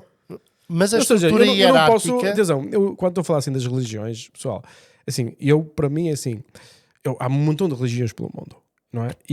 Milhares. E há religiões que para mim têm mais alguma lógica, há outras que uma pessoa lê e aprende sobre elas e diz, isto é mesmo complicado acreditar nisto. Ou seja, o exercício intelectual e o esforço intelectual que eu tenho que fazer para equacionar a possibilidade daquilo ser verdade é exigente demais para mim. Certo. Não é?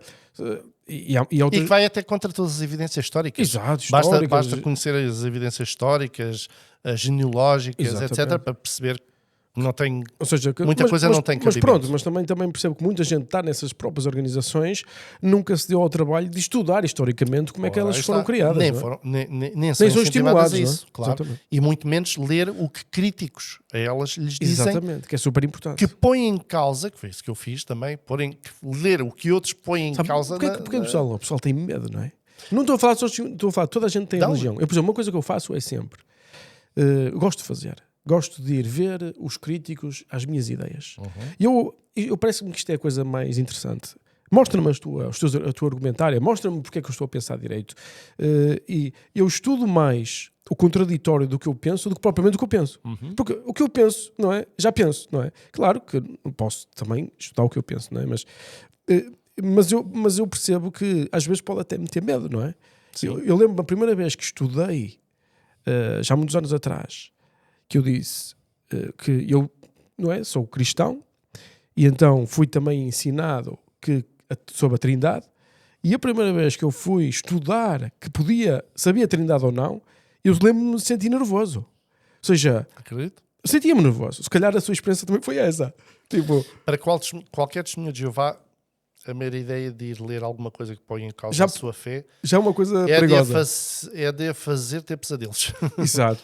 E eu lembro-me de ter essa experiência, mas depois isso vai-se ganhando experiência, vai-se percebendo e uma pessoa vai mergulhando na informação e começa-se a ter. Tanto é que o próprio curso de filosofia que eu fui tirar é com o objetivo sempre de ver diferentes ideias. Os filósofos todos têm diferentes ideias, completamente diferentes umas dos outros. É sempre uma comunicação, sempre um conflito, não é?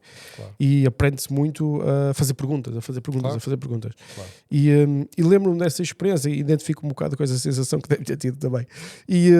Mas é super interessante ouvir, e essa é a minha recomendação sempre neste podcast, que é o conceito de meio burro, que é... o conceito deste podcast não é acertar nas ideias, nem o conceito que eu estou aqui não é de falar mal de Testemunhas de Jeová. Exatamente, e eu também não estou a falar, o que eu estou a falar são factos, atenção. Exato. A questão de ser uma seita destrutiva ou não... É a sua definição do que é que acredita. É a minha definição de acordo com aquilo que peritos têm estudado. Exatamente. E a extensa bibliografia que eu apresento no livro, que eu apresento uma extensa bibliografia, então não é apenas a opinião do António Madalena. Lógico. Exatamente, mas depois e as pessoas também têm direito ao contraditório. Se algum Testemunha de Jeová quiser aqui explanar as ideias, eu também o receberei. Mas a ideia aqui é fazer nascer o pensamento crítico na mente das pessoas. Claro. E esse é o principal objetivo. Se tu acreditas no capitalismo, vais estudar o comunismo. Se tu acreditas no comunismo, vais estudar o capitalismo. Ou seja, não fiques fechado numa bolha a pensar que eu já descobri a verdade absoluta do universo. Exatamente. É um bocado isso. Exato. Não há nada pior do que a pessoa fechar-se no seu mundo. Mas é o mais confortável, não é?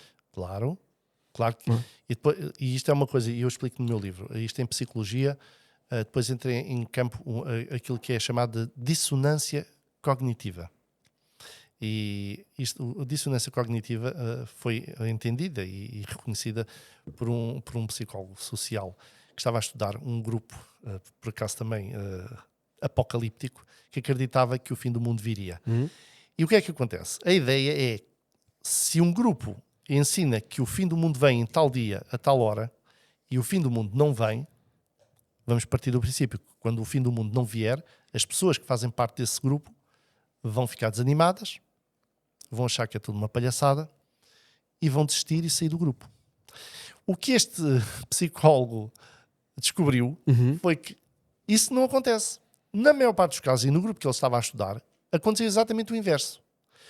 As pessoas acabaram por se ficar, muitas delas, ainda mais ferrenhas e agarradas ao grupo quando o dia em que a profetisa que disse que vinham os aliens, os extraterrestres, destruir a humanidade e levá-los numa nave espacial para fora do planeta e salvá-los, ficaram ainda mais agarrados ao grupo.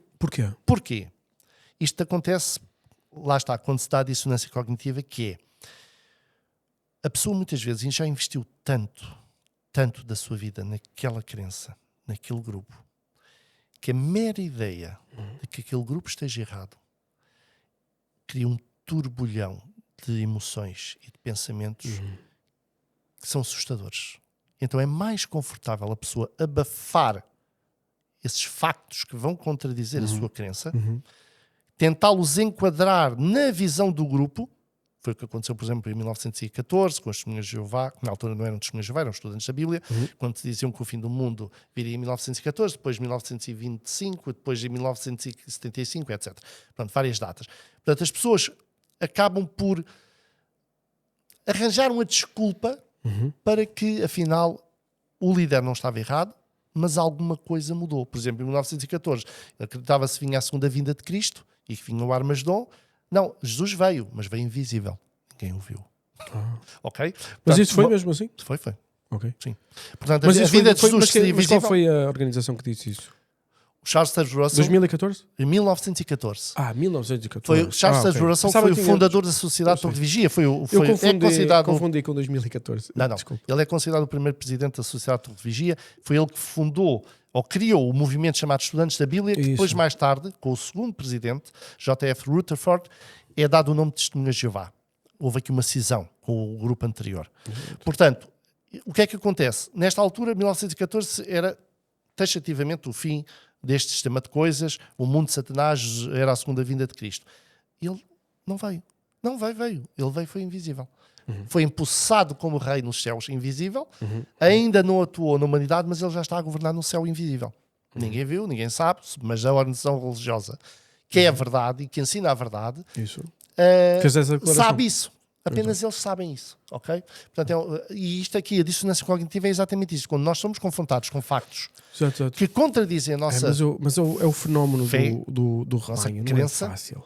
Não é fácil. E é o que eu estava a dizer. Quando a pessoa investe muito, num grupo durante décadas, imagina uma testemunha de Jeová, por exemplo, que deixou morrer a mulher por causa do sangue, ou um filho. Ou deixou de ir para um bom emprego, ou deixou de fazer faculdade, etc. E de repente, só a mera ideia de que ela esteja numa religião como muitas outras há, e que não é nem melhor nem pior, pronto, segundo... Exatamente. Só essa mera ideia repare nisto. Destrói porque é que, por exemplo, as pessoas odeiam que eu seja, por exemplo, contra o aborto, não é? E que diga que matar um bebé que está dentro da barriga de uma mãe é matar um ser humano. Matar uma pessoa. Porque muitas pessoas já estão investidas nessa ideia. Muitas pessoas já abortaram. Muitas pessoas já fizeram. Portanto, eu percebo que seja natural para essas pessoas, não é? Quando eu faço uma declaração que isso é mau, só é natural que essas pessoas pensem justamente, digam não. Sim. É muito mais fácil odiar-me a mim por ter uma ideia do que equacionar a possibilidade de terem feito um crime tão horrendo como matar um bebê na barriga de uma mãe. Percebe? O pensamento é igual. E eu compreendo e aceito essa sensação das pessoas, que é largar o que nós já fizemos, largar o nosso passado, largar... e por isso é que o cristianismo também é tão bonito, porque dá para nascer de novo. Exatamente. Que é uma coisa incrível. Nascer de novo é mesmo uma coisa incrível. E há perdão. E há perdão. E há perdão. Que é algo muito importante do cristianismo, é a pessoa sentir, por mais mal que tenha feito, Isso. não é? Pode sempre nascer de novo. Por mais coisas horríveis que ela tenha praticado, ela pode ter o amor de Deus se arrepender. Exatamente. Isso, o António conseguia voltar a testemunha de Jeová e ser aceito se pedisse perdão? Isso era possível? Sim, qualquer testemunha de Jeová ou ex-testemunha de Jeová que queira voltar, em princípio, não há nada que impeça. É claro que no meu caso seria... Vai haver uma questão de desconfiança. Seria complicado, não é? Mas seria, se calhar, tipo, encarado como um Saulo de Tarso, que se transformou no apóstolo Paulo, por exemplo. Exato. Algo do estilo. Mas sim, era possível. Agora, claro que ao princípio iria gerar desconfiança, etc. Mas é aceito, não é uma espécie de uma excomunhão. Qualquer testemunha de Jeová que seja expulsa do grupo ou decida sair do grupo, ela pode voltar para o grupo. Aliás, ela é incentivada a voltar para o grupo. Okay. Tanto é que este tratamento cruel que é dado aos ex-membros, de se parar de falar com eles, é dito dentro da oração religiosa, objetivo diz que é um ato de amor, que é para a pessoa cair, portanto, perceber que errou e voltar para Jeová. Exato. Portanto, mas é também um ato de chantagem. Claro, é chantagem emocional. Claro, as duas coisas ao mesmo tempo, não é? Sim, ou seja, é mascarado de amor, mas não é um ato de chantagem emocional, exatamente para que as pessoas, ao perderem os familiares, ao perderem os amigos, queiram voltar a ter aquilo que devia ser seu por direito, como é óbvio. Exato. Muito bem. Pode-me falar um bocadinho sobre os seus livros, que eu gostava de saber? Já falou várias vezes dele. Podemos mostrá-los? Sim, claro que sim. Então, qual foi o primeiro? O primeiro foi este. Foi editado em 2020. Exato. Nossa. O Apóstata, não é? Exatamente. Apóstata, porque abandonei testemunha de Jeová. Esse carimbo é exatamente, tem um significado exatamente de como nós que tornamos-nos, digamos assim, pessoas que falam publicamente contra e expomos aquilo que sabemos sobre a organização religiosa, somos carimbados, entre aspas, como sendo apóstatas, ou rebeldes, né? Ou desertores da fé religiosa. Então este livro explica a sua experiência de uma forma biográfica. É a minha biografia, mas junto com a biografia tem uma explicação extensa, documentada sobre as crenças das testemunhas de Jeová, sobre o que é nascer, crescer, ser educado nas testemunhas de Jeová. Falo desde a questão do sangue, à questão da faculdade, a questão dos aniversários, como é que nós somos tratados na escola, porque eu passei por tudo isso, não é? Claro. Obviamente. E portanto, é um livro que não apenas conta a minha história, mas à medida que vai contando a história, vai adicionando informação sobre o que é o mundo, o universo das testemunhas de Jeová. Ok. E a segundo? É mais recente, não é? Este é de agora, 2024, que é um tema muito abrangente, que é o universo das seitas destrutivas, em que aí não é sobre as testemunhas de Jeová especificamente, mas é sobre todo o tipo de grupos que se podem considerar aquilo que habitualmente se chama de cultos, e que eu designo e explico porquê de seitas destrutivas ou grupos de autocontrole. E tem a participação de dois grandes especialistas na área, Steven Hassan, que eu já mencionei, e Janja Lalich, que é uma socióloga norte-americana, que escreveu um artigo também específico e especial para este livro, e tem a participação também de um advogado espanhol, que é perito, e também tem escrito, em termos judiciais, jurídicos, matérias sobre seitas destrutivas e grupos de autocontrole, que também escreveu um artigo especial e específico para o grupo. Eu tenho muito prazer em lhe oferecer esses dois livros. Obrigado. Que eu acredito que vai achar muito interessantes.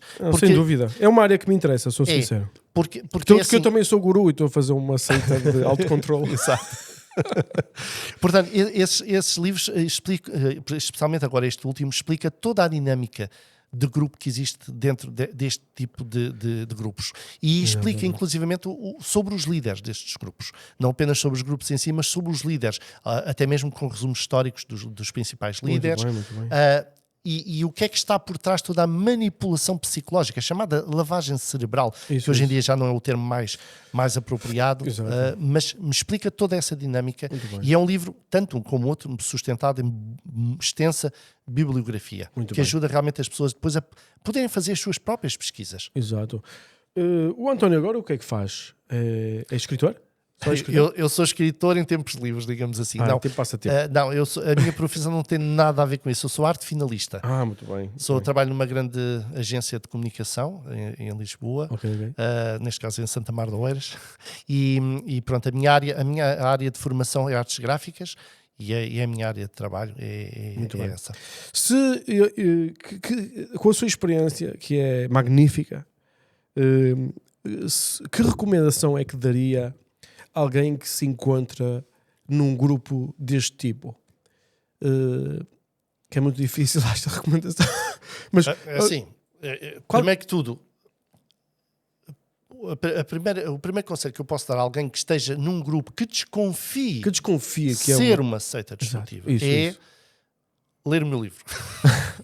Não, mas é mesmo. Okay. O meu livro vai ajudar a tirar as dúvidas, muito porque bem. como eu disse, ele tem uma extensa bibliografia, está muito completo. Inclusive tem um capítulo que ajuda familiares e amigos a ajudar alguém que está dentro de um grupo destes. Ok. Portanto, e tem as características principais deste tipo de grupos e que a pessoa pode fazer tipo o check de saber quais são as características que tem esta característica. Se aplicam ao seu grupo. Exatamente. Ok? Portanto, a pessoa vai ter menos dúvidas sobre se realmente o grupo em que ela está pode ou não ser uma seita destrutiva. Pronto, a minha recomendação já é pessoal que é do Benfica, Sporting, Porto, comecem por ler isto. Estou a brincar, continua. Não, mas depois, o problema é Portugal. Mas há alguma coisa que consiga dizer no princípio, ou seja, o que tem que nascer é a dúvida, é a primeira coisa que tem que nascer. A primeira coisa que tem que nascer é a pessoa querer saber mais sobre o seu grupo, para além daquilo que o grupo lhe diz. Ou seja, tem que ser informação tem que ser fora do grupo. É assim, e depois é olhar para os factos. Não é? Olhar para os factos. Não é apenas... Porque é assim, a gente sabe que nem tudo o que está na internet é verdade. Lógico. Também há muita coisa... Por exemplo, eu vou dar um exemplo. Por exemplo, dizia-se, e no meu tempo também se dizia, que as senhoras de vá só faziam sexo à quinta-feira. Por exemplo, não sei se já ouviu alguma vez, mas havia muito essa coisa, esse gozo com as mulheres, só fazem sexo à quinta-feira. É mentira. Falso. Ou seja, depois há muitos mitos, nem tudo o que se diz é mito urbano. Nem tudo o que se diz é verdade. Lógico. Por isso a pessoa tem que ir a fontes... E tem as suas coisas boas também, não é? Sim, claro, mas é por isso que a pessoa tem que ir a fontes credíveis, isentas, ou pelo menos que mostrem, provem aquilo que estão a dizer. Eu, por exemplo, é o que eu digo, tudo aquilo que eu afirmo nesses 2 livros, eu posso provar. E tenho, inclusivamente, muitas notas de rodapé, onde a pessoa pode ir fazer pesquisa adicional. Exato. Quer nas publicações da Organização Religiosa, quer em outros livros. Portanto, é importante que as pessoas tenham curiosidade em saber. E depois, se tiver alguém conhecido dentro de um grupo destes, aí é preciso ter muito tato. E nesse capítulo eu dou alguns conselhos, inclusivamente como a pessoa deve falar com essa pessoa que está dentro de um grupo ou que está no processo inicial de ser aliciada para dentro do grupo. Porque há formas corretas de falar com a pessoa, mas também há formas incorretas que podem empurrar a pessoa ainda mais para dentro do grupo. No livro faz uma recomendação sobre Faço e até simulo diálogos. Muito bem. Exatamente para que as pessoas tenham noção de que nem sempre se fala da melhor forma. Porque às vezes a ideia, quando alguém, por exemplo, está a se envolver com um grupo e começa a mudar a sua personalidade, começa a mudar os seus gostos, começa a afastar-se da família, começa a afastar-se dos amigos, e a dizer, tu andas metido nisso, estás agora metido numa seita. Isto é a pior coisa que se pode fazer. E isso é logo criar uma barreira em que a pessoa já nem quer ouvir mais nada dali. Exatamente. E eu no meu livro alerto para isso, para a forma correta de falar e como se deve falar com a pessoa. Exato. Eu gostei da forma como abordou a sua relação com as testemunhas de Jeová, de pôr numa balança as coisas positivas e as coisas negativas. Claro. Eu acho que isso é uma coisa super interessante. Mas isso deve-se fazer com todos os grupos. Todos os grupos têm coisas boas e coisas más. Exato. Depois a pessoa tem que pesar, não é? Depois de perceber o que está certo e o que está errado e o que é que lhe interessa. Porque há pessoas que são felizes, mesmo sabendo as coisas que eu exponho. E dizem assim, mas eu não quero saber, eu sou feliz, eu sinto-me feliz. Lógico. Tudo bem. Lógico. Cada um sabe de si. Exato. Eu, pessoalmente, sou extremamente... Tudo que seja centralizado, eu sou super hipercético. Porque os problemas da centralização são sempre os mesmos, que é a degeneração da informação, ou o controlo, não é? E então, eu parto do princípio que é centralizado, vou desconfiar, não é? E então...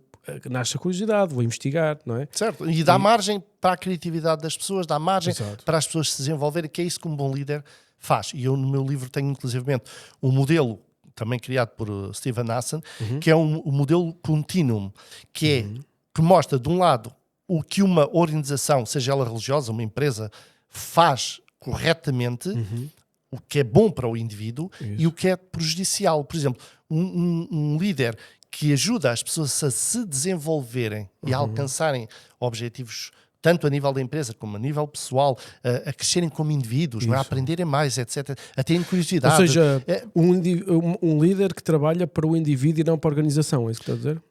Não, ele está a trabalhar para a organização. Ou para os dois ao mesmo tempo? Está a trabalhar para os dois, só que no fundo não é um líder totalitário que quer controlar cada coisinha, não é? E de forma a restringir a pessoa num mundo tão fechado e tão apertado que a pessoa não pode quase dizer ai sem ter que pedir.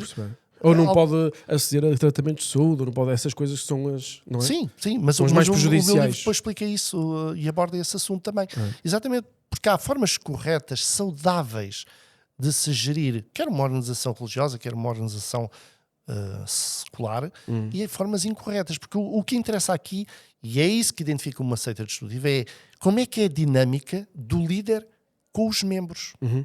E é essa dinâmica, não é as crenças. Não é as crenças que distinguem uma seita destrutiva, por mais estranhas ou bizarras que sejam. É a dinâmica da relação do líder com os membros é que vai definir o que é uma seita destrutiva ou um grupo de autocontrole. Isso, percebido. Muito bem. António, foi um prazer estar consigo. Prazer foi meu. Já percebi que, pelo que eu percebi, estou a falar bem se disser que a sua visão da Trindade não é comum de Cristo? Não é, eu não sou trinitarista. Okay, não muito sou. bem. Seria super interessante se nós pudéssemos continuar a falar, porque eu poder falar que alguém não é muito comum, e como já não tenho o dogma dos testemunhos de Jeová, se calhar podemos aprofundar de uma forma mais produtiva essa área, porque seria interessante para mim também, e se calhar para ti também seria. Eu ao longo da minha vida como testemunha de Jeová e até mesmo mas eu não fora. quero converter, eu quero comunicar. Eu já tive muitos debates online sobre a Trindade, porque lá está, é um tema que me apaixonou bastante. A mim também. Porque quando eu comecei a pesquisar, foi algo que me apaixonou muito e me levou a pesquisa, lá está, no grego, quer no Novo Testamento, quer no Antigo Testamento, etc. Portanto, é algo que também me fascina. Muito bem. Depois podemos partilhar a informação, será útil. Com certeza. Muito bem, António, foi um prazer e desejo Obrigado. sorte e corre tudo bem. Obrigado. E obrigado por ter escrito estes livros e fica a sua opinião. E se algum dia alguém da organização quiser falar, também será bem-vindo aqui para explicar. Tá bom? Um prazer. Obrigado pelo convite.